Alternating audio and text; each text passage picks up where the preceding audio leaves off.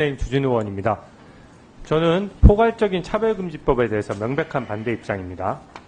오늘 국가인권위 업무보고를 보다 보니까 3대 현안 중에 하나로 이 법안 추진을 넣어뒀습니다.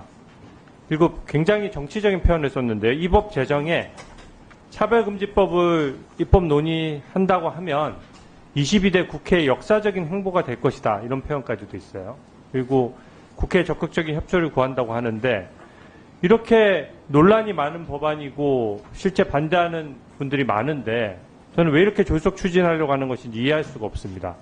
그리고 인권위원장 취임하신 후에 첫 국회에 대한 업무 보고인데 이런 내용이 제대로 걸러지지 않고 예전처럼 그대로 올라온 것에 대해서 이게 과연 위원장님이 이거를 다 보시고 위원장님 무사로 업무 보고를 하시는 건지 아니면 지금 실무자 의견대로 그대로 올라오는 것이 좀 확인이 필요하다고 생각합니다. 예, 그러면 사실을 말씀, 예. 포괄적 차별금지법 반대하는 이유는 3가지입니다. 제가 아까 법안도 다 봤는데요. 첫 번째, 다 아시다시피 종교의 자유를 침해합니다. 동성애를 반대하는 설교에 대해서도 제재할 수 있는 규정이 있고, 기독교계를 포함해서 종교계에서 교리에 따라서 강력히 반대하고 있는 건 알고 계시죠? 예. 이게 헌법상 가족제도하고도 연결이 됩니다. 헌법상 가족제도는 헌법상 보호되는 권리인데, 이 가족의 개념에 이거 무한정 한정할 수가 없는 거예요. 예, 맞습니다. 예, 그런 점에 있어서 헌법 정신에 위배될 수 있다는 지적을 드리고요. 두 번째는 법안 내용이 너무 포괄적입니다. 말 그대로 포괄적 차별금지이다 보니까 인종, 피부색, 그런 성적 지향 모든 일체의 차별을 금지한다고 하면서 교육 분야, 취업 분야, 승진 분야에 다 광범위하게 적용하겠다고 합니다. 또 장애인 차별이나 성차별 같은 것도 이미 개별 법안에 다 잘 되어 있어요. 실제로 운영도 잘 되고 있고. 근데 이렇게 포괄적으로 규정하면 소송 청구가 될 수 있습니다. 기업들이 소송에 계속 노출되는 거고요. 법 규정을 보니까 입증 책임도 전환돼 있어요. 내가 차별당했다라고 주장을 하면 차별하지 않았다는 걸 기업이 입증해야 됩니다. 이걸 어떻게 감당하려고 이런 법안을 낼 수 있는지가 저는 의문이고요.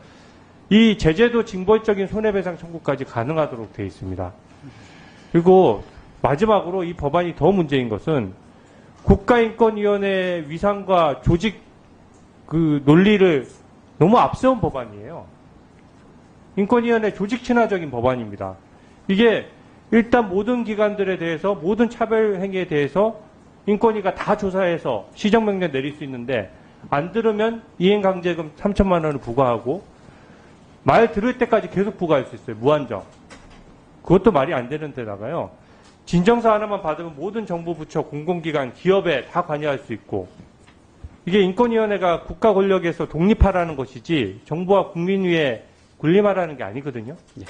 저는 이거 보면서 제가 지적 안 할 수가 없습니다. 여기 보고서에 보면 여론도 왜곡해서 파악하고 있어요. 이거를 차별금지법으로 알려져 있는데 이 법안에 대한 이미지를 좋게 하려고 평등법이라고 지금 여기서 부르더라고요.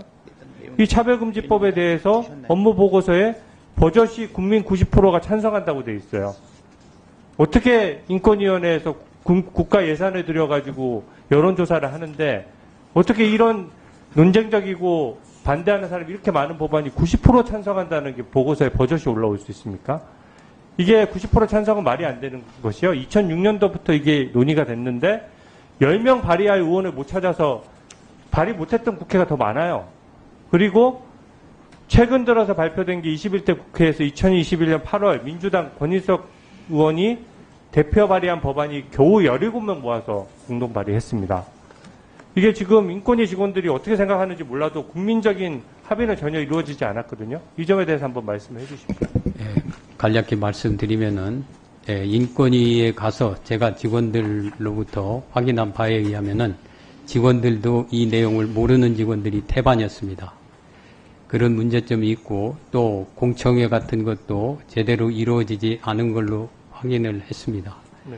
그렇기 때문에 저의 입장은 차별금지법을 반대하는 사람들이 많이 있는 이 사안에 대해서 이 부분에 대해서 공개적으로 좀 다양한 의견을 수렴하는 절차가 있어야 된다. 이런 그건 생각을 너무 갖고 당연하고요. 있습니다. 저는 그런 절차가 선행돼야지 왜 업무 보고서에 그게 단정적인 어조로 그 담겨지냐 부분에 대해서 문제입니다. 말씀을 드리겠습니다.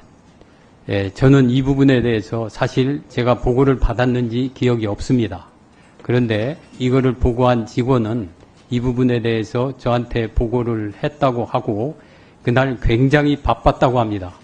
그래서 제가 몇 페이지를 본 상태에서 그냥 넘어갔고 그러면서 이게 작성이 됐다고 하는데 뭐 제가 우리 직원을 뭐 탓하고 그럴 생각은 없습니다만 여하튼 나중에 이것이 국회로 넘어가기 전에는 더군다나 그 상황이 그렇게 바쁜 상황이었다고 하면은 특히 제 의견은 청문회 때도 분명히 밝힌 바가 있기 때문에 다시 한번 짚고 넘어갔어야 되지 않나 이런 생각을 가지고 있습니다. 그 사실 제가 아까 그 굉장히 바쁜 시간을 보냈다고 말씀드리는 거는요. 우리 직원들이 항상 대기를 하고 있습니다. 뭐 이충상 의원이 막 수시로 왔다고 하지만 물론 많이 온 건 사실이지만 모든 직원들이 굉장히 많이 대기를 하고 저도 하루 종일 출근하면은 머리가 아플 정도로 보고를 받고 이렇게 지내고 있습니다. 그런 상황에서 저도 지금 제가 뭐 더 이상 뭐 이걸 가지고 확인하고 그럴 필요는 없다고 생각합니다만은 제가 간략하게 혹시 해주십시오. 예, 네.